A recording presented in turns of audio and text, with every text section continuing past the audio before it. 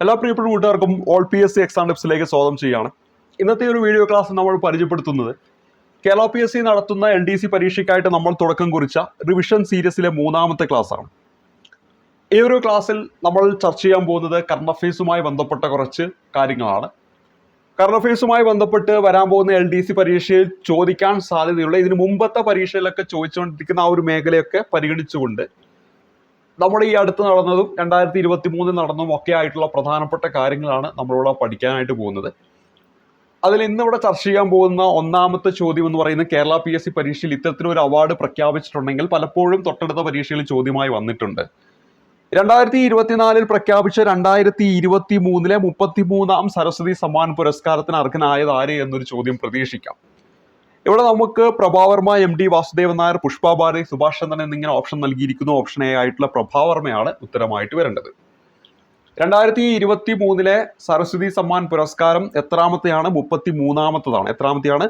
33ാമത്തതാണ് എന്ന കാര്യം ഓർത്തിരിക്കുക. അത് പിന്നെ ഓർത്തിരിക്കാൻ സിമ്പിളാണ്. 2023 അവസാനം 3-ലാണ് അവസാനിപ്പിക്കുന്നത്. അതുകൊണ്ട് 33 എന്നങ്ങോട്ട് ഓർത്ത് വെക്കുക. കാരണം പരീക്ഷയ്ക്ക് ചിലപ്പോൾ ചോദിക്കാം 33ാമത് സരസ്വതി സമ്മാൻ പുരസ്കാരം ലഭിച്ചത് ആർക്ക് എന്നൊരു ചോദ്യം ചോദിച്ചാൽ അവിടെ 32 ആണോ 33 ആണോ എന്നൊരു കൺഫ്യൂഷൻ വരാൻ പാടില്ല. 33 ലഭിച്ചത് ആർക്കാണ്? പ്രഭാവർമ്മയ്ക്കാണ്. അത് ഏത് വർഷവുമായി ബന്ധപ്പെടുത്തിയിരിക്കുന്നു? 2023. 2023 പ്രഖ്യാപിച്ച 33ാമത് സരസ്വതി സമ്മാൻ പുരസ്കാരത്തിലേക്ക് വരുമ്പോൾ സരസ്വതി സമ്മാൻ പുരസ്കാരത്തിന്റെ സമ്മാനത്തുക 15 ലക്ഷം രൂപയാണ്. അതേപോലെ തന്നെ അദ്ദേഹത്തിന് രൗദ്ര സാത്വികം എന്ന അദ്ദേഹത്തിന്റെ കാവ്യാഖ്യായിക്കാണ് ഈ ഒരു പുരസ്കാരം ലഭിക്കുന്നത് എന്ന കാര്യം ഓർത്തിരിക്കുക. അപ്പൊ രൗദ്ര സാത്വികം ആരുമായി ബന്ധപ്പെട്ടിരിക്കുന്നു? പ്രഭാവർമ്മയുമായി ബന്ധപ്പെട്ടിരിക്കുന്ന രചനയാണ്. സരസ്വതി സമ്മാൻ പുരസ്കാരം നേടുന്ന എത്രാമത്തെ മലയാളിയാണ് എന്ന് ചോദിച്ചാൽ 4ാമത്തെ മലയാളിയാണ് എന്നീ കാര്യങ്ങളൊന്ന് ഓർത്തിരിക്കുക. സരസ്വതി സമ്മാൻ പുരസ്കാരം 2024 പ്രഖ്യാപിക്കുന്നു. 2023 33ാമത്തതാണ്. പ്രഭാവർമ്മയ്ക്ക് ലഭിച്ചു. അതേപോലെ തന്നെ 15 ലക്ഷം രൂപയാണ് അതിന്റെ സമ്മാനത്തുക എന്ന കാര്യം ഓർത്തിരിക്കുക. അദ്ദേഹത്തിന്റെ ആ ഒരു രചന ഓർത്തിരിക്കുക. രൗദ്ര സാത്വികം എന്നതാണ് അദ്ദേഹത്തിന്റെ രചന. അതേപോലെ തന്നെ രൗദ്ര സാത്വികം എന്ന ആ ഒരു കാവ്യാഖ്യായിക്കാണ് ഈ ഒരു പുരസ്കാരം ലഭിക്കുന്നത്. ഒപ്പം അദ്ദേഹം എത്രാമത്തെ മലയാളിയാണ്? ഈ ഒരു പുരസ്കാരം ലഭിക്കുന്ന 4ാമത്തെ മലയാളിയാണ്. വരാൻ പോകുന്ന പരീക്ഷയിൽ വേണമെങ്കിൽ 32ാമത് സരസ്വതി സമ്മാൻ പുരസ്കാരം ലഭിച്ചത് ആർക്കാണെന്നും ചോദിക്കാം. 32ാമത് സരസ്വതി സമ്മാൻ പുരസ്കാരം ലഭിച്ചിരിക്കുന്നത് ശിവശങ്കരി എന്ന തമിഴ് എഴുത്തുകാരിക്കാണെന്ന കാര്യം ഓർത്തിരിക്കുക. ആർക്കാണ്? ശിവശങ്കരി എന്ന് പറയുന്ന തമിഴ് എഴുത്തുകാരിക്കാണ് 32ാമത് നമ്മളിവിടെ പരിചയപ്പെട്ട സരസ്വതി സമ്മാൻ പുരസ്കാരം ലഭിച്ചത്. 32ാമത് സരസ്വതി സമ്മാൻ പുരസ്കാരം 2023 പ്രഖ്യാപിച്ചു. 2022 അടിസ്ഥാനമാക്കിയിട്ടുള്ളതാണ്. അതായത് 32 2022 2 അവസാനിക്കുന്ന 2-ലാണ്. അപ്പോൾ അത് 32 ആണെന്ന് ഓർത്ത് വെച്ചാൽ മതി. അത് ലഭിച്ചിരിക്കുന്ന ശിവശങ്കരിക്കാണെന്ന കാര്യം ഓർത്തിരിക്കുക. ഇവരെന്താണ്? ഒരു തമിഴ് എഴുത്തുകാരിയാണെന്ന കാര്യം ഓർക്കുക. അങ്ങനെയാണെങ്കിൽ ഏത് കൃതിക്കാണ് ഇവർക്ക് ഈ പുരസ്കാരം ലഭിച്ചത് എന്ന് ചോദിച്ചാൽ അവരുടെ ഒരു ഓർമ്മക്കുറിപ്പുണ്ട്. അതിന്റെ പേര് സൂര്യവംശം എന്നാണ്. അപ്പോൾ സൂര്യവംശം എന്ന് പറയുന്ന ഈ ഒരു ഓർമ്മക്കുറിപ്പ്, ശിവശങ്കരി എന്ന തമിഴ് എഴുത്തുകാരിയുടെ ഓർമ്മക്കുറിപ്പാണ് സൂര്യവംശം എന്ന് പറയുന്നത്. അതിനാണ് എന്ത് ലഭിച്ചിരിക്കുന്നത്? ഈ ഒരു പുരസ്കാരം ലഭിച്ചിരിക്കുന്നത് എന്ന കാര്യം ഓർത്തിരിക്കുക. അപ്പോൾ നമ്മളിവിടെ എന്തെല്ലാം പഠിച്ചു? നമ്മുടെ സരസ്വതി സമ്മാൻ പുരസ്കാരം 32ാമത് ലഭിച്ചിരിക്കുന്നത് ആർക്കാണ്? നമ്മുടെ ശിവശങ്കരി എന്ന് പറയുന്ന തമിഴ് എഴുത്തുകാരിക്കാണ്. അവരുടെ ഓർമ്മക്കുറിപ്പായ സൂര്യവംശത്തിനാണ് ഈ ഒരു പുരസ്കാരം ലഭിച്ചിരിക്കുന്നത്. സരസ്വതി സമ്മാൻ പുരസ്കാരം 33 ലഭിച്ചിരിക്കുന്ന ആർക്കാന്ന് വെച്ചാൽ പ്രഭാവർമ്മയ്ക്കാണ്. അത് ഏത് കൃതിക്കാണ് എന്ന് ചോദിച്ചാൽ അവിടെ ഓർത്തിരിക്കണം, രൗദ്ര സാത്വികം എന്ന് പറയുന്ന ആ ഒരു കൃതിക്കാണ് ഈ ഒരു പുരസ്കാരം ലഭിച്ചിരിക്കുന്നത്. ഇതൊരു കാവ്യാഖ്യായികയാണെന്ന കാര്യം കൂടി ഓർത്തിരിക്കുക. സമ്മാനത്തുക ചോദിച്ചാൽ 15 ലക്ഷം രൂപയാണ്. അതേപോലെ തന്നെ എത്രാമത്തെ മലയാളിയാണ് പ്രഭാവർമ്മ? ഈ പുരസ്കാരം ലഭിക്കുന്ന 4ാമത്തെ മലയാളിയാണെന്ന് ഈ കാര്യങ്ങളൊക്കെ ഒന്ന് ഓർത്തിരിക്കുക. കേരള PSC പരീക്ഷയിൽ അവാർഡുകൾ എന്ന് പറയുന്ന മേഖലയിൽ എപ്പോഴും ചോദിക്കാറുള്ളതാണ് വ്യാസ് സമ്മാൻ എന്ന് പറയുന്ന പുരസ്കാരവുമായി ബന്ധപ്പെട്ട ചോദ്യം. നേരത്തെ പറഞ്ഞ പോലെ ഈ ഒരു പുരസ്കാരമൊക്കെ പ്രഖ്യാപിച്ചു കഴിഞ്ഞാൽ തൊട്ടടുത്ത് നടക്കുന്ന പരീക്ഷകളിലൊക്കെ ചോദ്യമായി പലപ്പോഴും വരാറുണ്ട്. അത്തരത്തിൽ 2023 33ാമത് വ്യാസ് സമ്മാൻ പുരസ്കാരവും 2024 ഈ ഒരു വർഷകാലയളവിലാണ് പ്രഖ്യാപിക്കുന്നത്. ആ ഒരു പുരസ്കാരം ലഭിച്ചിരിക്കുന്ന ഓപ്ഷനിൽ തന്നിരിക്കുന്ന A എന്ന് പറയുന്ന Prabha Varma, B MT Vasudevan Nair, C Pushpa Bharati, D Subhash ചന്ദ്രൻ എന്നിങ്ങനെയാണ് നൽകിയിരിക്കുന്നത്. ഇവിടെ നമ്മൾ ഉത്തരമായിട്ട് വരേണ്ടത് ഓപ്ഷൻ C പുഷ്പ ഭാരതി എന്നതാണ് ഉത്തരമായിട്ട് വരിക. 2023 പ്രഖ്യാപിച്ചത് 33ാമത് വ്യാസ് സമ്മാൻ പുരസ്കാരമാണ്. ഈ വ്യാസ് സമ്മാൻ പുരസ്കാരം 2023 ലഭിച്ചിരിക്കുന്ന ആർക്കാന്ന് ചോദിച്ചാൽ അത് പുഷ്പ ഭാരതിക്കാണ്. അവരുടെ ഏത് കൃതിക്കാണ് ഈ ഒരു പുരസ്കാരം ലഭിച്ചത് എന്ന് ചോദിച്ചാൽ ഉത്തരമായിട്ട് വരേണ്ടത് യാദേൻ യാദേൻ ഔർ യാദീൻ എന്ന് പറയുന്ന കൃതിക്കാണ്. പുഷ്പ ഭാരതി യാദേൻ യാദേൻ ഔർ യാദീൻ എന്ന പേരും കൂടെ ഓർത്തിരിക്കുക. അപ്പൊ എന്താണ് പരിചയപ്പെട്ടത്? 2023 33ാമത് വ്യാസമ്മാൻ പുരസ്കാരം 2024 അടിസ്ഥാനമാക്കി, അതായത് 2023 അടിസ്ഥാനമാക്കി 2024 പ്രഖ്യാപിച്ചു. അത് ലഭിച്ചിരിക്കുന്നത് പുഷ്പ ഭാരതിക്കാണ്. പുഷ്പ ഭാരതിക്ക് ഏത് കൃതിക്കാണ് ലഭിച്ചിരിക്കുന്നത് എന്ന് വെച്ചാൽ യാദേൻ യാദേൻ ഔർ യാദീൻ എന്ന് പറയുന്ന കൃതിക്കാണ് ലഭിച്ചിരിക്കുന്നത്. നേരത്തെ പറഞ്ഞ പോലെ തന്നെ 2023 വ്യാസമ്മാൻ പുരസ്കാരം ചോദിക്കാം. എന്നാൽ 2022 ചിലപ്പോൾ നമ്മളോട് ചോദിക്കാനുള്ള സാധ്യതയുണ്ട്. അതുകൊണ്ട് തന്നെ നമ്മൾ 2022 പഠിച്ചു വെക്കണം. 2022 എത്രാമത്തെയാണെന്ന് ചോദിച്ചാൽ നിങ്ങൾക്ക് എല്ലാവർക്കും അറിയാം, 32ാമതാണ്. ഏതാണ്? 32ാമതാണ് എന്ന കാര്യം ഓർത്തിരിക്കുക. ഓൾറെഡി നമ്മൾ 33 പഠിച്ചു, അതുകൊണ്ട് ഇനി 32ാമത്. അത് ലഭിച്ചിരിക്കുന്നത് ഗ്യാൻ ചതുർവേദി എന്ന് പറയുന്ന വ്യക്തിക്കാണ്. ആർക്കാണ് ലഭിച്ചിരിക്കുന്നത്? ഗ്യാൻ ചതുർവേദിക്കാണ് ലഭിച്ചിരിക്കുന്നത് എന്ന കാര്യം ഓർത്തിരിക്കുക.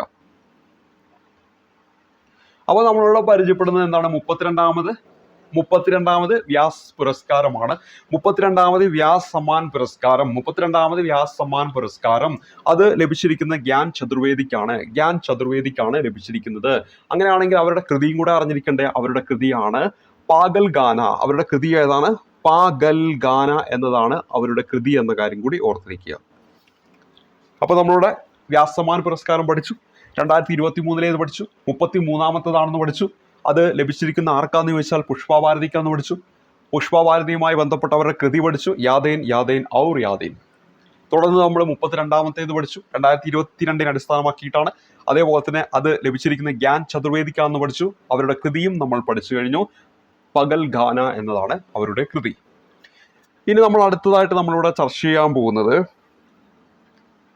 2024 മാർച്ചിൽ പൊട്ടിത്തെറിച്ച 2024 മാർച്ച് മാസത്തിൽ പൊട്ടിത്തെറിച്ച റെയ്ക്കാനസ് എന്ന് പറയുന്ന അഗ്നിപർവ്വതം സ്ഥിതി ചെയ്യുന്ന രാജ്യം ചോദിക്കാവുന്നതാണ്. 2024 മാർച്ച് മാസത്തിൽ പൊട്ടിത്തെറിച്ച റെയ്ക്കാനസ് എന്ന് പറയുന്ന ഒരു അഗ്നിപർവ്വതമുണ്ട്. അത് ഏത് രാജ്യത്ത് സ്ഥിതി ചെയ്യുന്നു എന്ന് ചോദിച്ചാൽ ഉത്തരമായിട്ട് വരേണ്ടത് തന്നിരിക്കുന്ന option A Iceland, option B Japan, option C Indonesia, option D Canada. ഇവിടെ നമ്മൾ ഉത്തരം എന്ന് പറയുന്നത് ഐസ്ലാൻഡ് എന്നതാണ് ഉത്തരമായിട്ട് വരേണ്ടത്. അപ്പോൾ ഇവിടെ എന്താണ്? റെയ്ക്കാനസ് എന്ന് പറയുന്ന ആ ഒരു അഗ്നിപർവ്വതം സ്ഥിതി ചെയ്യുന്നത് ഐസ്ലാൻഡിലാണ്. കാനസ്, ഐസ് ഏകദേശം ഒരേപോലെയാണ് നമ്മളവിടെ ആ ഒരു പേര് നമ്മൾ പറഞ്ഞു പോകുന്നത്. അപ്പോൾ ഇവിടെ എന്താണ്? റെയ്ക്കാനസ് എന്ന് പറയുന്ന ആ ഒരു അഗ്നിപർവ്വതം സ്ഥിതി ചെയ്യുന്നത് എവിടെയാണ്? നമ്മുടെ ഐസ്ലാൻഡ് എന്ന് പറയുന്ന രാജ്യത്താണ്. അത് എങ്ങനെയാണ് വാർത്തയിൽ ഇടം പിടിച്ച്? 2024 അത് പൊട്ടിത്തെറിച്ചു. 2024 പൊട്ടിത്തെറിച്ച അഗ്നിപർവ്വതമാണ് നമ്മളിവിടെ പരിചയപ്പെടുന്ന റെയ്ക്കാനസ് എന്ന് പറയുന്ന അഗ്നിപർവ്വതം. അത് സ്ഥിതി ചെയ്യുന്നത് എവിടെയാണ് എന്ന് ചോദിച്ചാൽ ഉത്തരമായിട്ട് വരേണ്ടത് നമ്മുടെ ഐസ്ലാൻഡിലാണ്. ഇനി നമ്മൾ അടുത്ത ചോദ്യത്തിലേക്ക് വരാം. അടുത്ത ചോദ്യം പരിചയപ്പെടുന്നു. പൊതുഗതാഗതത്തിനായിട്ട് പർവ്വത് മാല പരിയോജനയ്ക്ക് കീഴിൽ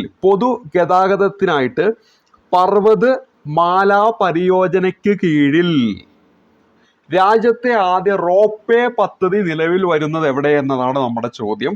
ലക്നൗ, വാരണാസി, അഹമ്മദാബാദ്, ജമ്മു എന്നിങ്ങനെയാണ് നമ്മുടെ ഓപ്ഷൻ. ഇവിടെ നമ്മൾ ഉത്തരമായിട്ട് വരേണ്ടത് ഓപ്ഷൻ ബി ആണ്, വാരണാസിയാണ്. പൊതുഗതാഗതത്തിനായി പർവ്വത് മാല പരിയോജനയ്ക്ക്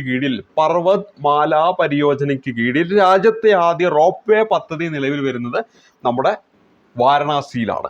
പൊതുഗതാഗതത്തിനായിട്ട് പർവ്വത് മാല പരിയോജനയ്ക്ക് കീഴിൽ രാജ്യത്തെ ആദ്യ റോപ്പ് പദ്ധതി നിലവിൽ വരുന്നത് എവിടാന്ന് ചോദിച്ചാൽ ഉത്തരമായിട്ട് വരേണ്ടത് വാരണാസി എന്നാണ്. ഇനി നമ്മൾ അടുത്ത ചോദ്യം 2024 മാർച്ച് 15 അന്തരിച്ച നാവികസേന മുൻ മേധാവിയും മനുഷ്യാവകാശ പ്രവർത്തകനുമായ വ്യക്തി ആര് എന്നതാണ് നമ്മുടെ അടുത്ത ചോദ്യമായിട്ട് ഇവിടെ നമ്മൾ പരിചയപ്പെടാനായിട്ട് പോകുന്നത്. 2024 മാർച്ച് 15 അന്തരിച്ച നാവികസേന മുൻ മേധാവിയും മനുഷ്യാവകാശ പ്രവർത്തകനുമായ വ്യക്തി ആരെന്നാണ്. Admiral Sudarshan Ramdas, admiral Lakshmi Narayanan Ramdas, admiral Deepak Narayan Ramdas. ഇവർ ആരുമല്ല എന്നാണ് ഓപ്ഷൻ ഡി. ഇവിടെ നമ്മൾ ഉത്തരമായിട്ട് വരേണ്ടത് ഓപ്ഷൻ ബി ആണ്, അഡ്മിറൽ ലക്ഷ്മി നാരായൺ രാംദാസ് എന്നാണ് ഉത്തരമായിട്ട് വരേണ്ടത്. അഡ്മിറൽ ലക്ഷ്മി നാരായൺ രാംദാസ് 2024 മാർച്ച് 15 അന്തരിച്ചു. നാവികസേന മുൻ മേധാവിയാണ്, അതോടൊപ്പം തന്നെ മനുഷ്യാവകാശ പ്രവർത്തകനുമാണെന്ന കാര്യം ഓർത്തിരിക്കുക. ഇനി പരീക്ഷയിലൊക്കെ ചോദിക്കാൻ സാധ്യതയുള്ള വളരെ പ്രധാനപ്പെട്ട ഒരു ഭാഗമാണ്, ഒരു ചോദ്യമാണ് സെല്ല തുരങ്കം. സെല്ല തുരങ്കം സ്ഥിതി ചെയ്യുന്നത് എവിടെയാണ്? സെല്ല തുരങ്കം സ്ഥിതി ചെയ്യുന്നത് അരുണാചൽ പ്രദേശ്, ലഡാക്ക്, ജമ്മു, മണിപ്പൂർ എന്ന് കൊടുത്തിട്ടുണ്ട്. ഇവിടെ നമ്മൾ ഉത്തരമായിട്ട് വരേണ്ടത് നമ്മുടെ അരുണാചൽ പ്രദേശിലാണ്. അപ്പോൾ അരുണാചൽ പ്രദേശിലാണ് എന്ത് സ്ഥിതി ചെയ്യുന്നത്? സെല്ല തുരങ്കം സ്ഥിതി ചെയ്യുന്നത്. അരുണാചൽ പ്രദേശിലാണ് എന്ത് സ്ഥിതി ചെയ്യുന്നത്? സെല്ല തുരങ്കം സ്ഥിതി ചെയ്യുന്നത്. അപ്പൊ സെല്ല എന്ന് പറയുന്ന ഈ ഒരു തുരങ്കം സ്ഥിതി ചെയ്യുന്നത് എവിടെയാണെന്ന് വെച്ചാൽ അരുണാചൽ പ്രദേശിലാണ്. സെല്ല എന്ന് പറയുന്ന ഈ ഒരു തുരങ്കം സ്ഥിതി ചെയ്യുന്നത് എവിടെയാണ് എന്ന് ചോദിച്ചാൽ ഉത്തരമായിട്ട് വരേണ്ട അരുണാചൽ പ്രദേശിലാണ്. അപ്പോൾ അവിടെ അരുണാചൽ എന്ന് പറയുമ്പോൾ അവിടെ LA എന്ന് പറയുന്ന, അതായത് ഈ ALലല്ലേ അവസാനിക്കുന്നത്. അതുപോലെ നമ്മൾ സെല്ല എന്ന് പറയുമ്പോഴും ആ ഒരു LA അവിടെ കടന്നു വരുന്നുണ്ട്. ആ ഒരു രീതിയിൽ വേണമെങ്കിൽ ഓർത്തിരിക്കാം. എന്തായാലും ഇത് ഓർത്തിരിക്കണം. അരുണാചൽ, സെല്ല, ആ ഒരു രീതിയിൽ ഓർത്തിരിക്കുക. സെല്ല എന്ന് പറയുന്ന തുരങ്കമാണ്. സെല്ല എന്ന് പറയുന്ന ഈ തുരങ്കം സ്ഥിതി ചെയ്യുന്നത് എവിടെയാണ്? ഈ പറയുന്ന അരുണാചൽ പ്രദേശിലാണ് എന്ന കാര്യം ഓർക്കുക. ഇതിന്റെ പ്രത്യേകത എന്താണ്? ഇതിന്റെ പ്രത്യേകത എന്ന് പറയുന്നത് ലോകത്തെ ഏറ്റവും നീളമുള്ള ഇരട്ടപ്പാത തുരങ്കമാണ്. ലോകത്തെ ഏറ്റവും നീളമുള്ള ഇരട്ടപ്പാത തുരങ്കമാണ്. വേണമെങ്കിൽ പരീക്ഷിക്കാം. ലോകത്തെ ഏറ്റവും നീളമുള്ള ഇരട്ടപ്പാത തുരങ്കം, സെല്ല തുരങ്കം, അത് സ്ഥിതി ചെയ്യുന്നത് അരുണാചൽ പ്രദേശിലാണ്. അരുണാചൽ പ്രദേശിലെ ചൈനീസ് അതിർത്തിയിലാണ് സ്ഥിതി ചെയ്യുന്നത്. 825 കോടി രൂപയാണ് ഇതിന്റെ നിർമ്മാണത്തിന് വന്നിരിക്കുന്ന ചെലവ് എന്ന കാര്യം കൂടി ഓർത്തിരിക്കുക. അപ്പൊ സെല്ല തുരങ്കം അരുണാചൽ പ്രദേശിലാണ്. അരുണാചൽ പ്രദേശിലെ ചൈനീസ് അതിർത്തിയിലാണ്. അതേപോലെ തന്നെ ലോകത്തെ ഏറ്റവും നീളമുള്ള ഇരട്ടപ്പാത തുരങ്കമാണ്. 825 കോടി രൂപയാണ് ഇതിന്റെ ചെലവ് എന്ന കാര്യം കൂടി ഓർത്തിരിക്കുക. ഇനി നമ്മൾ അടുത്ത ചോദ്യത്തിലേക്ക് വരാം. അടുത്ത ചോദ്യം, സ്വിറ്റ്സർലാൻഡ് ആസ്ഥാനമായ IQ എയറിന്റെ 2023 റിപ്പോർട്ട് പ്രകാരം, ആ റിപ്പോർട്ടിൽ പറയുന്ന കുറച്ച് കാര്യങ്ങളാണ് ഇവിടെ കൊടുത്തിരിക്കുന്നത്. സ്വിറ്റ്സർലാൻഡ് ആസ്ഥാനമായ IQ എയറിന്റെ 2023 റിപ്പോർട്ട് പ്രകാരം ലോകത്തെ ഏറ്റവും കൂടുതൽ വായു മലിനീകരണം നേരിടുന്ന രാജ്യം ബംഗ്ലാദേശ്, പാകിസ്ഥാനാണ് 2ാം സ്ഥാനത്ത് എന്നാണ് കൊടുത്തിരിക്കുന്നത്. രണ്ടാമത്തെ സ്റ്റേറ്റ്മെന്റ് ലോകത്തെ ഏറ്റവും കൂടുതൽ വായു മലിനീകരണം നേരിടുന്ന തലസ്ഥാന നഗരം ഡൽഹി എന്നാണ് കൊടുത്തിരിക്കുന്നത്. അടുത്ത സ്റ്റേറ്റ്മെന്റ് IQ എയറിന്റെ 2023 റിപ്പോർട്ട് പ്രകാരം ലോകത്തെ ഏറ്റവും കൂടുതൽ വായു മലിനീകരണം നേരിടുന്ന നഗരം ബേഗുസരായ്, ബീഹാർ ആണെന്നും കൊടുത്തിട്ടുണ്ട്. ഇവിടെ നമ്മുടെ ഉത്തരം എന്താണ്? ഓപ്ഷൻ ഡിയിൽ എല്ലാം ശരി എന്നും കൊടുത്തിട്ടുണ്ട്. ഓപ്ഷൻ ഡി ആണ് നമ്മുടെ ഉത്തരമായിട്ട് വരിക. അപ്പൊ ഇവിടെ കേരള PSC പരീക്ഷയിലൊക്കെ ചോദിക്കാവുന്ന പ്രധാനപ്പെട്ട ഒന്നാണ്. സ്വിറ്റ്സർലാൻഡ് ആസ്ഥാനമായ IQ എയർ അവർ 2023 ഒരു റിപ്പോർട്ട് പുറത്തുവിട്ടിട്ടുണ്ട്. ആ റിപ്പോർട്ടിൽ ലോകത്തെ ഏറ്റവും കൂടുതൽ വായു മലിനീകരണം നേരിടുന്ന രാജ്യം എന്ന് പറയുന്നത് ബംഗ്ലാദേശ് ആണ്. 2ാം സ്ഥാനത്ത് ഏതാണ്? നമ്മുടെ പാകിസ്ഥാനാണ്. ഇനി അടുത്ത ഇവിടെ പറയുന്നത് ലോകത്തെ ഏറ്റവും കൂടുതൽ വായു മലിനീകരണം നേരിടുന്ന തലസ്ഥാന നഗരം ചോദിച്ചാൽ അതേതാണ്? ഡൽഹി ആണെന്ന കാര്യം ഓർത്തിരിക്കുക. ലോകത്തെ ഏറ്റവും കൂടുതൽ വായു മലിനീകരണം നേരിടുന്ന തലസ്ഥാന നഗരം ഇവരുടെ റിപ്പോർട്ട് പ്രകാരം ഡൽഹിയാണ്.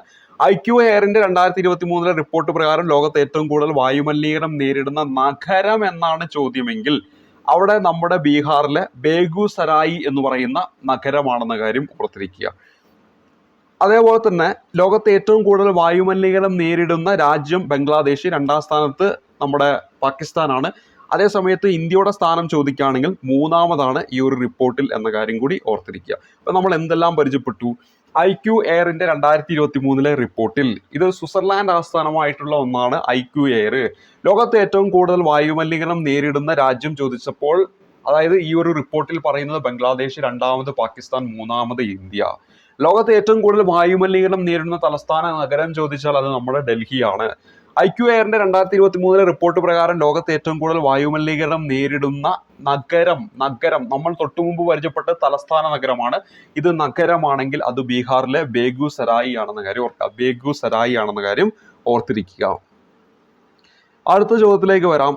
2023-24 വർഷത്തെ യുവേഫ വനിതാ നാഷണൽ ലീഗ് കപ്പ് ഫുട്ബോൾ കിരീടം നേടിയത് ആരെന്നാണ് ചോദ്യം. സ്പെയിൻ, അതേപോലെ തന്നെ ഇംഗ്ലണ്ട്, ബ്രസീൽ, ജർമ്മനി എന്നിങ്ങനെയാണ് നമ്മുടെ ഓപ്ഷനിൽ തന്നിരിക്കുന്നത്. ഇവിടെ ഉത്തരമായിട്ട് വരേണ്ടത് ഓപ്ഷൻ എ, സ്പെയിൻ ആണ്. 23-24 വർഷത്തെ യുവേഫ വനിതാ നാഷണൽ ലീഗ് കപ്പ് ഫുട്ബോളിൽ കിരീടം നേടിയത് ആരാണ്? നമ്മുടെ സ്പെയിൻ ടീമാണെന്ന കാര്യം ഓർത്തിരിക്കുക. ഇവിടെ ഏത് ടീമിനെ പരാജയപ്പെടുത്തി? ഫൈനലിൽ ഫ്രാൻസിനെ തോൽപ്പിച്ചാണ് സ്പെയിൻ ഈ ഒരു ജേതാക്കളായത് എന്ന കാര്യം ഓർത്തിരിക്കുക. 2023-24 വർഷത്തെ യുവേഫ വനിതാ നാഷൻസ് ലീഗ് കപ്പ് ഫുട്ബോൾ കിരീടം നേടിയത് സ്പെയിൻ ആണ്. ഇനി അടുത്ത് നമ്മൾ പരിചയപ്പെടുന്നത് എന്താണ് ടിനിയോ ഗോണാലസ് ദീപക്കി എന്ന് പറയുന്നത്? അപ്പോൾ നമ്മൾ അടുത്തതായിട്ട് പരിചയപ്പെടാൻ പോകുന്നത് എന്താണ് ടീനിയോ ഗൊണാലസ് ദീപക്കി എന്ന് പറയുന്നത്.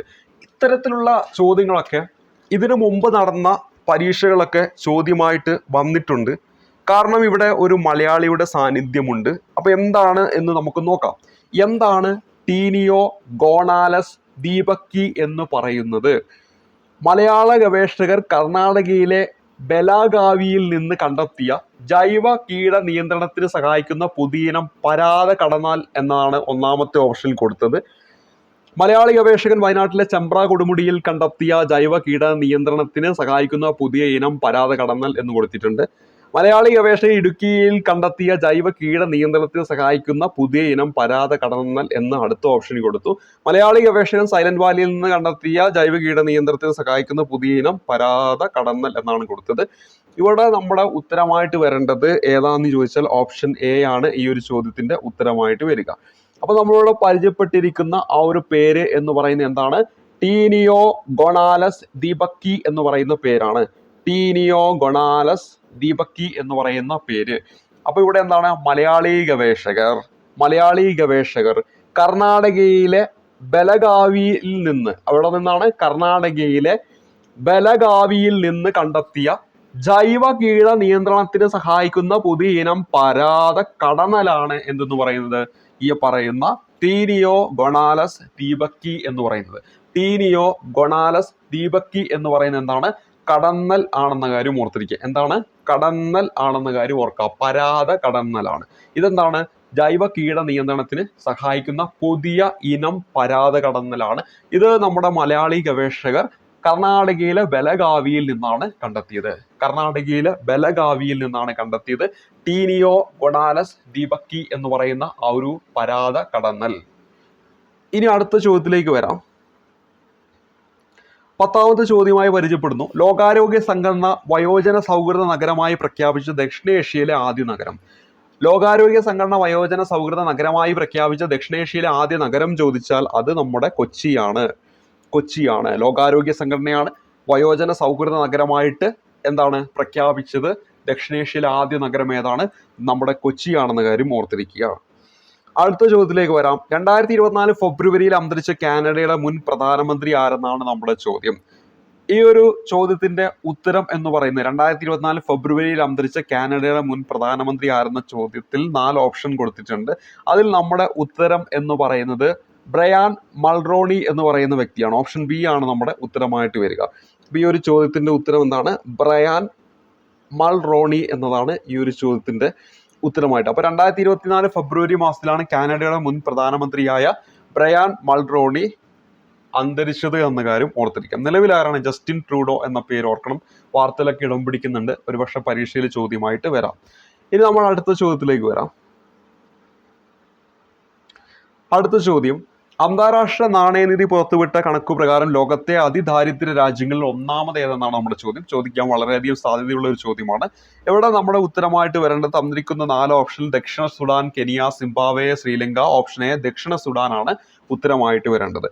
IMF പുറത്തുവിട്ട കണക്കു പ്രകാരം ലോകത്തെ അതിദാരിദ്ര്യ രാജ്യങ്ങളിൽ ഒന്നാമത് ദക്ഷിണ സുഡാനാണ്.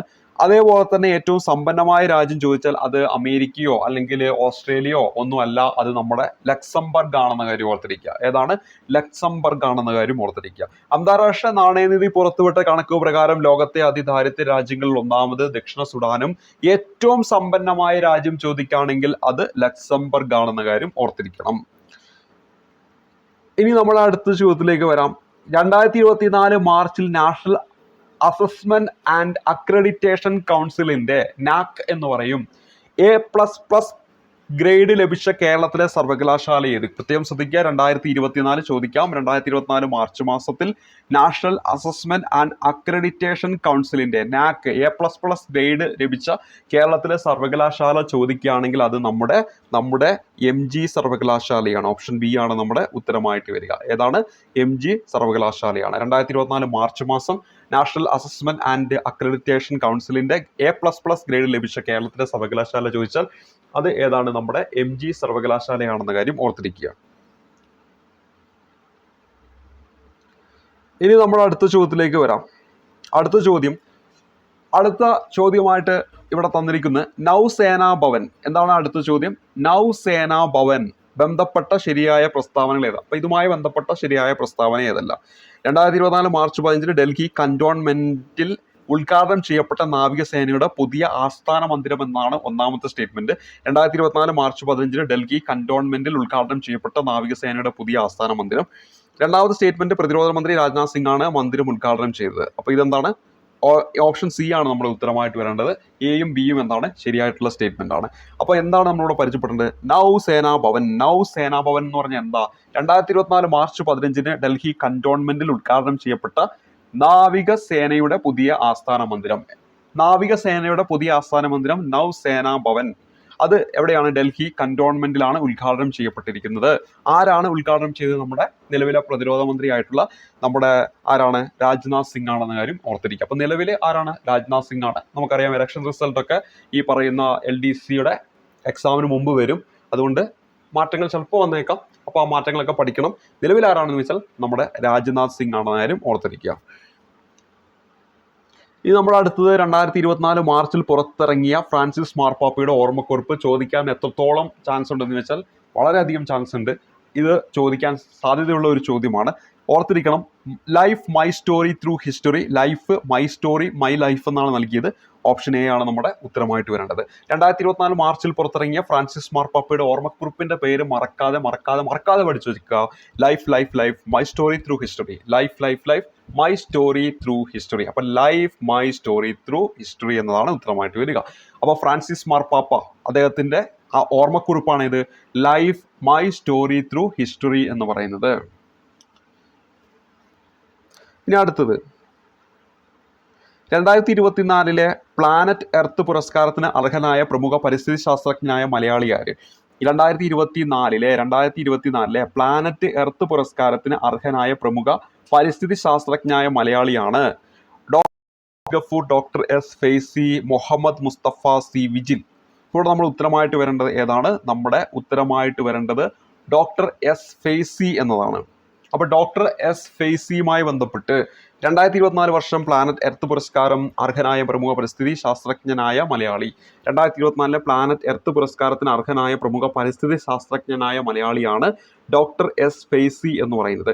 അപ്പൊ ആരാണ് ഡോക്ടർ എസ് ഫെയ്സി? 2024 വർഷം പ്ലാനറ്റ് എർത്ത് പുരസ്കാരത്തിന് അർഹനായ പ്രമുഖ പരിസ്ഥിതി ശാസ്ത്രജ്ഞനാണ് ഡോക്ടർ എസ് ഫെയ്സി എന്ന കാര്യം ഓർത്തിരിക്കുക. അപ്പൊ 2024 പ്ലാനറ്റ് എർത്ത് പുരസ്കാരം 2024 പ്ലാനറ്റ് എർത്ത് പുരസ്കാരം അതിന് അർഹനായ പ്രമുഖ പരിസ്ഥിതി ശാസ്ത്രജ്ഞനായ മലയാളി ആരെന്ന് ചോദിച്ചാൽ ഡോക്ടർ എസ് ഫെയ്സി ആണ്. ഡോക്ടർ എസ് ഫെയ്സി ആണെന്ന കാര്യം ഓർത്തിരിക്കുക. അടുത്ത ചോദ്യത്തിലേക്ക് വരാം. പലസ്തീൻ പുതിയ പ്രധാനമന്ത്രിയായിട്ട് നിയമിതനായത്. പലസ്തീന് പുതിയ പ്രധാനമന്ത്രി വന്നിരിക്കുകയാണ്. Doctor Abdul Gafoor, doctor S Faizi, Muhammad Mustafa, C Vijil എന്നിങ്ങനെ ഓപ്ഷനിൽ തന്നിട്ടുണ്ട്. അപ്പോൾ ഇവിടെ നമ്മുടെ ഉത്തരമായിട്ട് വരേണ്ടത് ആരാണ്? മുഹമ്മദ് മുസ്തഫയാണെന്ന കാര്യം ഓർത്തിരിക്കുക. മുഹമ്മദ് മുസ്തഫയാണ് പലസ്തീൻ്റെ പുതിയ പ്രധാനമന്ത്രി. പലസ്തീൻ പുതിയ പ്രധാനമന്ത്രി മുഹമ്മദ് മുസ്തഫ. പലസ്തീൻ പുതിയ പ്രധാനമന്ത്രി ആരാണ്? മുഹമ്മദ് മുസ്തഫയാണ്. ഇതൊക്കെ വരാൻ പോകുന്ന പരീക്ഷയിൽ ചോദ്യമായിട്ട് പ്രതീക്ഷിക്കാം. കാരണം ഈ രാജ്യങ്ങളൊക്കെ ഇന്ന് വാർത്തയിലൊക്കെ വളരെയധികം ഇടം പിടിക്കുന്നുണ്ട്. അപ്പോൾ അവിടുത്തെ പുതിയ പ്രധാനമന്ത്രി ആരാണ്? മുഹമ്മദ് മുസ്തഫയാണ്. മുഹമ്മദ് മുസ്തഫയാണ് പലസ്തീൻ്റെ പുതിയ പ്രധാനമന്ത്രി. ഇനി അടുത്ത ചോദ്യത്തിലേക്ക് വരാം. പ്രഥമ Indian street premier league tennis ball cricket ടൂർണമെന്റിൽ കിരീടം നേടിയതാരെന്നാണ് നമുക്ക് കണ്ടുപിടിക്കേണ്ടത്. അപ്പോൾ ഇവിടെ ചോദിക്കാൻ സാധ്യതയുള്ള മറ്റൊരു പ്രധാനപ്പെട്ട ചോദ്യമാണ്. ആദ്യമായിട്ട് നടക്കുകയാണ് Indian street premier league tennis ball cricket tournament. എന്താണ്?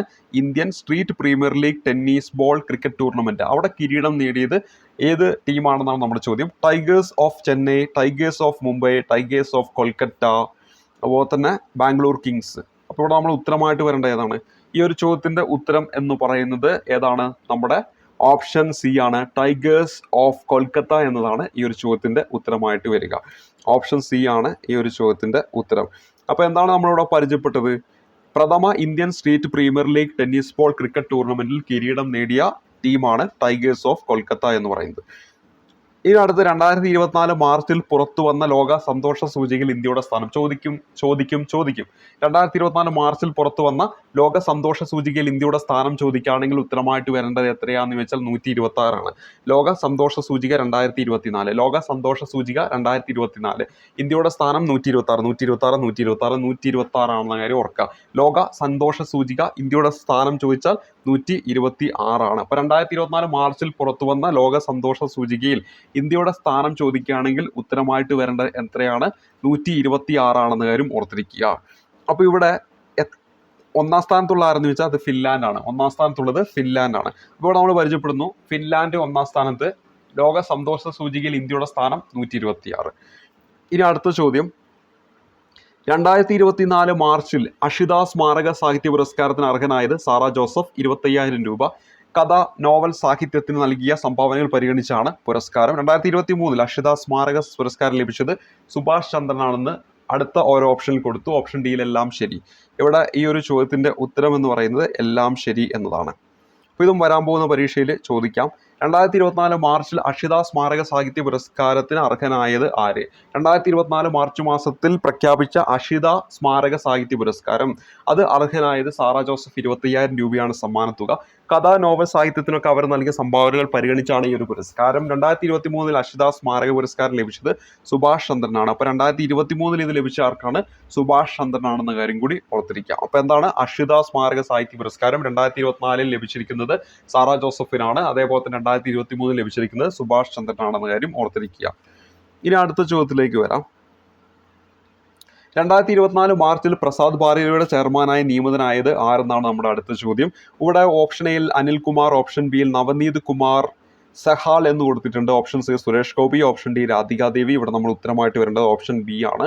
നവനീത് കുമാർ സഹാൽ എന്നതാണ് ഉത്തരമായിട്ട് വരേണ്ടത്. പ്രസാർ ഭാരതിയുടെ ചെയർമാനായിട്ട് 2024 മാർച്ചിൽ നിയമിതനായത്, പ്രസാർ ഭാരതിയുടെ ചെയർമാനായിട്ട് 2024 മാർച്ചിൽ നിയമിതനായത് നവനീത് കുമാർ സഹാൽ എന്ന കാര്യം ഓർത്തിരിക്കുക. നവനീത് കുമാർ സഹാൽ ആണ് 2024 മാർച്ചിൽ എന്തിന്റെ ചെയർമാനായിട്ട് വരുന്നത്? പ്രസാർ ഭാരതിയുടെ ചെയർമാനായിട്ട് വരുന്നത്. ഇനി അടുത്തത്, ഇന്ത്യയുടെ പ്രഥമ ബഹിരാകാശ സഞ്ചാര പദ്ധതിയായ ഗഗൻയാൻ ദൗത്യത്തിലേക്ക് തെരഞ്ഞെടുക്കപ്പെട്ട യാത്രികർ ആരെല്ലാം എന്നാണ്. Prashanth Balakrishnan Nair group captain, Ajith Krishnan group captain, Angad Pratap group captain, അതുപോലെ തന്നെ ശുഭാൻഷു ശുക്ല വിംഗ് കമാൻഡർ. ഇവിടെ നമ്മുടെ ഉത്തരം എന്ന് പറഞ്ഞാൽ മേൽപ്പറഞ്ഞ എല്ലാവരുമാണ്. ഇത് വരാൻ പോകുന്ന പരീക്ഷയിലെ ഒരു ചോദ്യമായിട്ട് പ്രതീക്ഷിക്കാം. 2024 ഈ ഒരു പ്രഖ്യാപനമൊക്കെ വരുന്നത്. ഇന്ത്യയുടെ പ്രഥമ ബഹിരാകാശ സഞ്ചാര പദ്ധതിയാണ്. എത്രയോ തവണ ചോദിച്ചു കഴിഞ്ഞു ഗഗൻയാൻ എന്ന് പറയുന്നത്. ഈ ഒരു ദൗത്യത്തിലേക്ക് യാത്രകരായിട്ടുള്ള 4 പേരുടെ പേര് പറഞ്ഞിട്ടുണ്ട്. അതിലൊന്ന് പ്രശാന്ത് ബാലകൃഷ്ണൻ നായരാണ്, 2 അജിത് കൃഷ്ണനാണ്, 3 അങ്കദ് പ്രതാപാണ്, 4 സുഭാൻഷു ശുക്ലയാണ്. അപ്പോൾ ഈ 4 പേരുകൾ ഓർക്കുക. അതിലൊരു മലയാളി ഉണ്ട്. ആ മലയാളിയാണ് ആര്? പ്രശാന്ത് ബാലകൃഷ്ണൻ നായർ. അതായിരിക്കും PSC എടുത്തു ചോദിക്കുക. പ്രശാന്ത് ബാലകൃഷ്ണൻ നായർ, അതുപോലെ തന്നെ അജിത് കൃഷ്ണൻ, അങ്കദ് പ്രതാപും മറ്റൊന്ന് സുഭാൻഷു ശുക്ലയുമാണ്. അപ്പോൾ പ്രശാന്ത് ബാലകൃഷ്ണൻ നായർ, അജിത് കൃഷ്ണൻ, അങ്കദ് പ്രതാപ്, സുഭാൻഷു ശുക്ല. ആരാണ് ഇത് പ്രഖ്യാപിക്കുന്നത്? നമ്മുടെ ഇന്ത്യൻ പ്രധാനമന്ത്രിയാണ് ഇത് പ്രഖ്യാപിക്കുന്നത്. അപ്പോൾ പ്രശാന്ത് ബാലകൃഷ്ണൻ നായർ, അജിത് കൃഷ്ണൻ, അങ്കദ് പ്രതാപ്, മറ്റൊരു പേര് ശുഭാൻഷു ശുക്ല എന്നീ പേരുകൾ ഓർത്തിരിക്കുക. ഇനി അടുത്തായിട്ട് നമ്മളിവിടെ പറയുന്നത്, ഉപഭോക്തൃ അനുഭവം മെച്ചപ്പെടുത്തുന്നതിനും സേവനങ്ങൾ കൂടുതൽ ലളിതമാക്കുന്നതിനുമായിട്ട് വെബ്സൈറ്റിൽ ജനറേറ്റീവ് AI സംവിധാനം അവതരിപ്പിച്ച ഇന്ത്യയിലെ ആദ്യ ബാങ്ക് ഏതെന്നാണ് നമ്മുടെ ചോദ്യം. ഉപഭോക്തൃ അനുഭവം മെച്ചപ്പെടുത്തുന്നതിനും സേവനങ്ങൾ കൂടുതൽ ലളിതമാക്കുന്നതിനുമായിട്ട് വെബ്സൈറ്റിൽ ജനറേറ്റീവ് AI സംവിധാനം ആരംഭിച്ച ഇന്ത്യയിലെ ആദ്യ ബാങ്ക് ചോദിച്ചാൽ അത് നമ്മുടെ ഫെഡറൽ ബാങ്ക് ആണെന്ന കാര്യം ഓർത്തിരിക്കുക. ഏതാണ്? ഫെഡറൽ ബാങ്ക് ആണ്. അപ്പോൾ എന്താണ്? ഉപഭോക്തൃ അനുഭവം മെച്ചപ്പെടുത്തുന്നതിനും സേവനങ്ങൾ കൂടുതൽ ലളിതമാക്കുന്നതിനുമായി വെബ്സൈറ്റിൽ എന്താണ്? ജനറേറ്റീവ് AI ആർട്ടിഫിഷ്യൽ ഇന്റലിജൻസ് സംവിധാനം അവതരിപ്പിച്ച ഇന്ത്യയിലെ ആദ്യ ബാങ്കാണ് ഫെഡറൽ ബാങ്ക് എന്ന കാര്യം ഓർത്തിരിക്കുക. 7ാമത് കാക്കനാടൻ പുരസ്കാരത്തിന് അർഹനായത് ആരാണ്? ഇവിടെ വിജി തമ്പി എന്ന് കൊടുത്തിട്ടുണ്ട്. VG തമ്പി കേട്ടോ, VG തമ്പി ഇൻഷലാണ്. അതുപോലെ തന്നെ ഇതം പാരമിതം എന്ന നോവലിനാണ് പുരസ്കാരം എന്ന് അടുത്ത സ്റ്റേറ്റ്മെന്റ് ഇവിടെ കൊടുത്തിട്ടുണ്ട്. കാക്കനാടൻ പുരസ്കാരത്തിന് സമ്മാനത്തുക 25,555 ആണെന്നും കൊടുത്തിട്ടുണ്ട്. എല്ലാം ശരി എന്നതാണ് ഈ ഒരു ചോദ്യത്തിന്റെ ഉത്തരം. അപ്പോൾ ഇവിടെ എന്താണ്? കാക്കനാടൻ പുരസ്കാരവുമായി ബന്ധപ്പെട്ട ഒരു ചോദ്യമാണ്. കാക്കനാടൻ പുരസ്കാരം, 7ാമത് കാക്കനാടൻ പുരസ്കാരം അത് ലഭിച്ചിരിക്കുന്ന VG തമ്പിക്കാണ്. VG തമ്പി 25,550 555 രൂപയാണ് സമ്മാനത്തുക. അതേപോലെ തന്നെ കാക്കനാട് പുരസ്കാരവുമായി ബന്ധപ്പെട്ട് ഇദ്ദേഹത്തിന് ഏത് നോവലിനാണ് ഈ ഒരു പുരസ്കാരം ലഭിച്ചതെന്ന് ചോദിച്ചാൽ ഇതം പാരമിതം എന്ന് പറയുന്ന നോവലിനാണ്. ഇതം പാരമിതം എന്ന് പറയുന്ന ആ ഒരു നോവലിനാണ് പുരസ്കാരം ലഭിച്ചത്.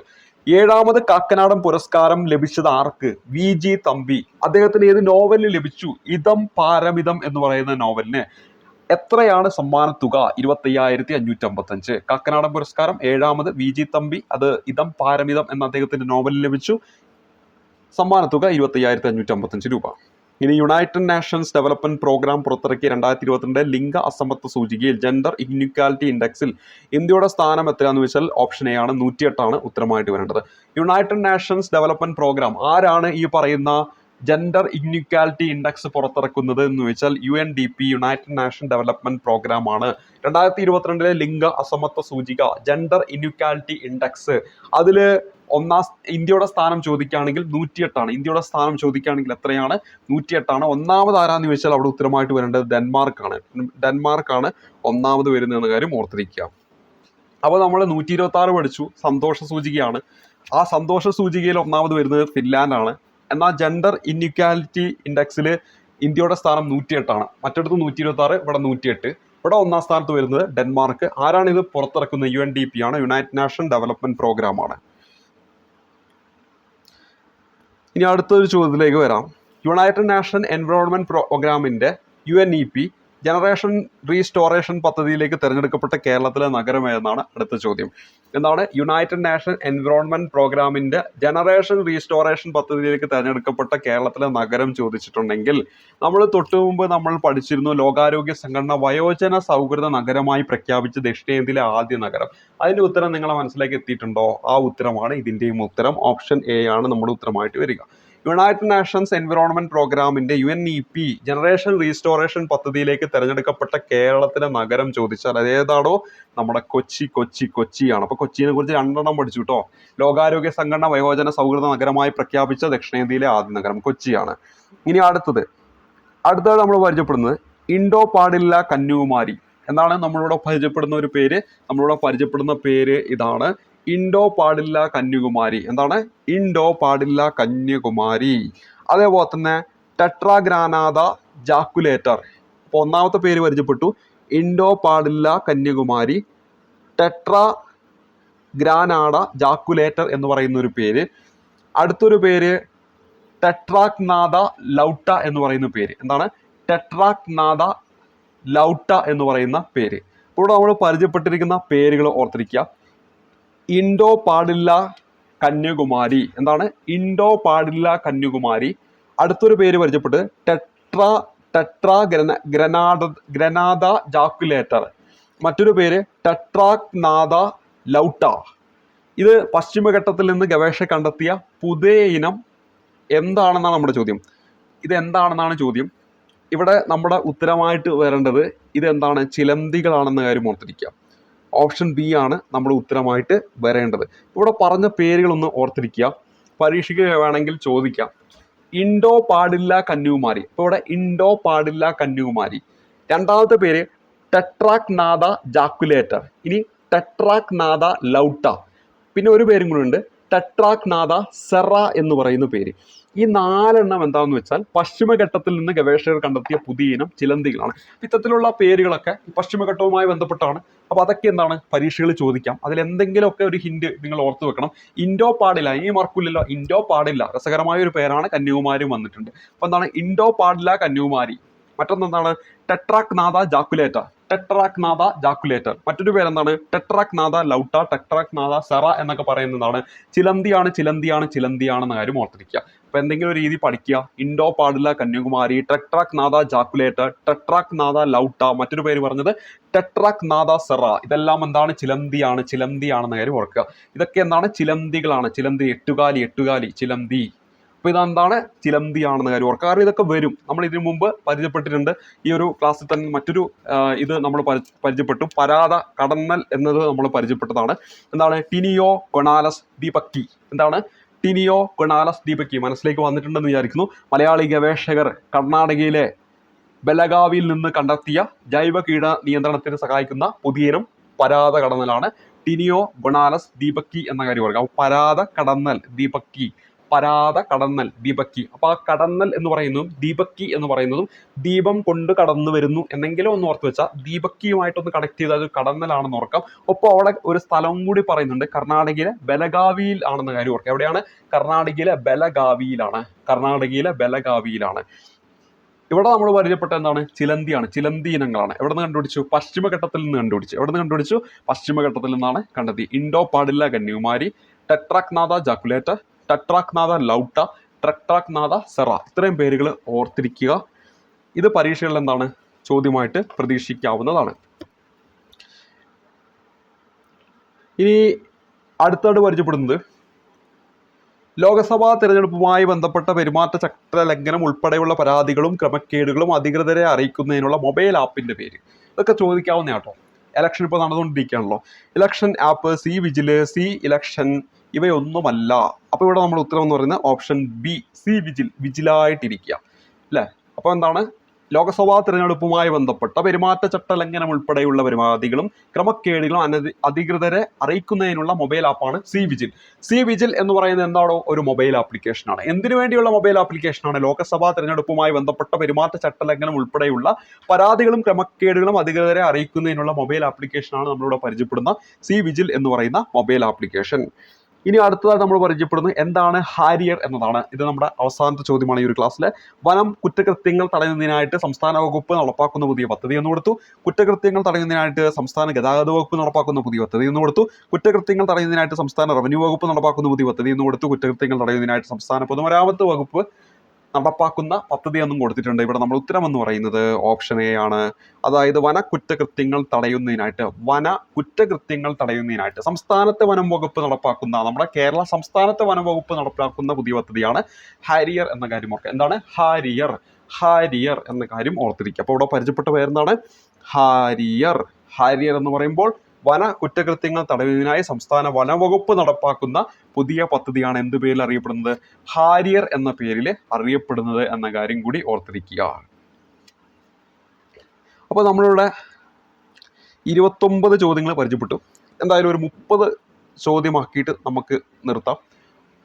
30ാമത്തെ ചോദ്യം എന്ന് പറയുന്നത്, ഞാനൊരു പേര് പരിചയപ്പെടുത്തുകയാണ്. നിങ്ങൾ പത്രത്തിലൊക്കെ വായിച്ചിട്ടുണ്ടോ എന്ന് ഒന്ന് നോക്കുക. റൂമി അൽ, നമ്മൾ പരിചയപ്പെടുന്ന പേര് റൂമി അൽ ഗഹ്താനി എന്നതാണ് നമ്മുടെ പേര്. റൂമി അൽ ഗഹ്താനി എന്നൊരു പേര് നിങ്ങൾ കേട്ടിട്ടുണ്ടോ? റൂമി അൽ ഗഹ്താനി എന്നൊരു പേര്, റൂമി അൽ ഗഹ്താനി എന്നൊരു പേര് പരീക്ഷയ്ക്ക് ചോദിക്കാവുന്നതും ചരിത്രത്തിലാദ്യമായിട്ട് സൗദി അറേബ്യയുടെ പ്രതിനിധിയായിട്ട് മിസ് യൂണിവേഴ്സ് മത്സരത്തിൽ പങ്കെടുക്കുന്ന വനിതയാണ് റൂമി അൽ ഗഹ്താനി എന്ന പേര് ഓർത്തിരിക്കുക. റൂമി അൽ ഗഹ്താനി എന്ന പേര് ഓർത്തിരിക്കുക. അപ്പൊ ചരിത്രത്തിൽ ആദ്യമായിട്ട് സൗദി അറേബ്യയുടെ പ്രതിനിധിയായിട്ട് മിസ് യൂണിവേഴ്സ് മത്സരത്തിൽ പങ്കെടുക്കുന്ന വനിതയാണ് ആര്? റൂമി അൽ ഗഹ്താനി എന്ന പേര് ഓർത്തിരിക്കുക. അപ്പൊ നമ്മൾ പരിചയപ്പെടുന്ന പേരെന്താണ്? റൂമി അൽ ഗഹ്താനി എന്നതാണ് 30ാമതായിട്ട് ഈ ഒരു ക്ലാസ്സിൽ അവസാനത്തെ ചോദ്യമായിട്ട് പരിചയപ്പെടുന്നത്. റൂമി അൽ ഗഹ്താനി മറക്കരുത്. ചരിത്രത്തിൽ ആദ്യമായി സൗദി അറേബ്യയുടെ പ്രതിനിധിയായിട്ട് മിസ് യൂണിവേഴ്സ് മത്സരത്തിൽ പങ്കെടുക്കുന്ന വനിതയാണ് നമ്മളിവിടെ പരിചയപ്പെട്ട റൂമി അൽ ഗഹ്താനി എന്ന പേര് ഓർത്തിരിക്കുക. 30 ചോദ്യങ്ങൾ പരിചയപ്പെട്ടു. 30 ചോദ്യങ്ങളും പരീക്ഷയിൽ ചോദിക്കാവുന്നതാണ്. ഏറ്റവും ഇമ്പോർട്ടൻ്റ് ആയിട്ടുള്ള ചോദ്യങ്ങളാണ് പരിചയപ്പെടുത്തിക്കൊണ്ടിരിക്കുന്നത്. അപ്പോൾ ഇവിടെ നമ്മൾ ചർച്ച ചെയ്തുകൊണ്ടിരിക്കുന്ന ഈ ചോദ്യങ്ങൾ നിങ്ങൾക്ക് പഠിച്ചിട്ടുണ്ടാകുമെന്ന് വിചാരിക്കുന്നു. നിർബന്ധമായിട്ടും പഠിക്കണം. ഇതൊക്കെ വരും, ഇതൊക്കെ വന്നിട്ടുള്ളതാണ് ഇതുമായി ബന്ധപ്പെട്ട ചോദ്യങ്ങളൊക്കെ. കാരണം ഇതിനു മുമ്പ് ഇങ്ങനെയുള്ള കാര്യങ്ങളൊക്കെ വരുന്ന സമയത്ത് അതൊക്കെ PSC പരീക്ഷയിൽ ചോദ്യമായി വന്നിട്ടുണ്ട്. അപ്പോൾ ഇവിടെ കറണ്ട് അഫയേഴ്സുമായി ബന്ധപ്പെട്ട് 30 ചോദ്യങ്ങൾ പഠിച്ചു. 3 ക്ലാസ്സുകൾ നമ്മൾ കഴിഞ്ഞിരിക്കുകയാണ് ഈ റിവിഷൻ സീരീസിൽ. അടുത്ത ക്ലാസ്സിൽ നമ്മൾ പരിചയപ്പെടാൻ പോകുന്നത് SCERT ടെക്സ്റ്റ് ബുക്കിൽ ഫ്രഞ്ച് വിപ്ലവവുമായി ബന്ധപ്പെട്ട കാര്യമായിരിക്കും. നമ്മൾ ഓൾറെഡി അമേരിക്കൻ വിപ്ലവവുമായി ബന്ധപ്പെട്ട കാര്യങ്ങൾ പഠിച്ചു കഴിഞ്ഞു. നമ്മുടെ ആ ഒരു രീതി, ആദ്യം SCERT, അതിനുശേഷം തൊട്ടടുത്ത ക്ലാസ്സിൽ PYQ, ആ ഒരു PYQ ക്ലാസ് നിങ്ങൾ മുന്നിൽ പരിചയപ്പെടുത്തി, അതിനുശേഷം പരിചയപ്പെടുത്തുന്ന കറണ്ട് അഫയേഴ്സ്. ആ ഒരു രീതിയിലായിരിക്കും നമ്മൾ ക്ലാസ് ഇനി അങ്ങോട്ട് പോവുക. അപ്പോൾ ഇവിടെ 30 കറണ്ട് അഫയേഴ്സ് ചോദ്യങ്ങൾ പരിചയപ്പെട്ടിട്ടുണ്ട്. ഇന്നത്തെ ക്ലാസ്സിൽ നമ്മൾ കുറേ പ്രീവിയസ് ആയിട്ട് ചോദിച്ചിരിക്കുന്ന കുറച്ച് ചോദ്യങ്ങളും അതുമായി ബന്ധപ്പെട്ട് അറിഞ്ഞിരിക്കേണ്ട കുറേ ഫാക്റ്റുകൾ നമ്മൾ പരിചയപ്പെട്ടു. അതിൽ ചില കാര്യങ്ങളൊക്കെ ഇന്ന് നടന്ന ഡിഗ്രി പ്രിലിം പരീക്ഷയിൽ ചോദ്യമായി വന്നിട്ടുണ്ട്. നിങ്ങൾ അത് ശ്രദ്ധിച്ചിട്ടുണ്ടോ എന്ന് അറിയില്ല. അതാണ് പ്രീവിയസ് ക്വസ്റ്റ്യൻസിന്റെ പ്രത്യേകത എന്ന് പറയുന്നത്. നമ്മളൊരു 10th ലെവലാണ് നമ്മൾ നോക്കിയിരുന്നെങ്കിൽ പോലും അതിലെ ചില ചോദ്യങ്ങളുടെ കാര്യങ്ങളൊക്കെ ഇന്നത്തെ ഡിഗ്രി ലെവൽ പ്രിലിംസിലും എന്താണ് ചോദ്യമായി വന്നിട്ടുണ്ട്. അതുകൊണ്ട് പ്രീവിയസ് ക്വസ്റ്റ്യൻ പേപ്പറിന് അത്രത്തോളം പ്രാധാന്യമുണ്ട് എന്ന് വീണ്ടും ഓർമ്മിപ്പിക്കുകയാണ്. വരാൻ പോകുന്ന LDC പരീക്ഷ എഴുതുന്ന സമയത്ത് നിങ്ങൾ ഈ പറയുന്ന പ്രീവിയസ് ക്വസ്റ്റ്യൻസ് ഒക്കെ പിന്നെ എപ്പോഴെങ്കിലും എടുത്ത് നോക്കിയിട്ട് അയ്യോ അന്ന് പ്രീവിയസ് ക്വസ്റ്റ്യൻസ് നോക്കിയിരുന്നെങ്കിൽ ആ മാർക്ക് എനിക്ക് കിട്ടുമായിരുന്നല്ലോ എന്ന ഒരു ചിന്ത ഒരിക്കലും വരാൻ പാടില്ല. LDCക്ക് പഠിക്കുമ്പോൾ നിങ്ങൾ എന്ത് ചെയ്യണം, ഒരു LD ലെവലുള്ളതും അതോടൊപ്പം തന്നെ ഒരു +2 ലെവലുള്ള ക്വസ്റ്റ്യൻ പേപ്പറുകളും എടുത്ത് ചെയ്യുന്നത് നന്നായിരിക്കും. LD +2 ലെവൽ, ഈ 2 ലെവലുള്ള ക്വസ്റ്റ്യൻ പേപ്പറുകൾ എടുത്ത് ചെയ്യണം നിർബന്ധമായിട്ട്. കുറേ മാർക്ക് നിങ്ങൾക്ക് അങ്ങനെ തന്നെ സ്കോർ ചെയ്യാൻ പറ്റും. അപ്പോൾ ഇന്നത്തെ ക്ലാസ് ഇവിടെ വെച്ച് അവസാനിപ്പിക്കുകയാണ്. അപ്പോൾ നമുക്ക് അടുത്ത ക്ലാസ്സിൽ ഫ്രഞ്ച് വിപ്ലവമായിട്ട് കണ്ടുമുട്ടാം. അതുവരേക്കും നന്ദി, നമസ്കാരം.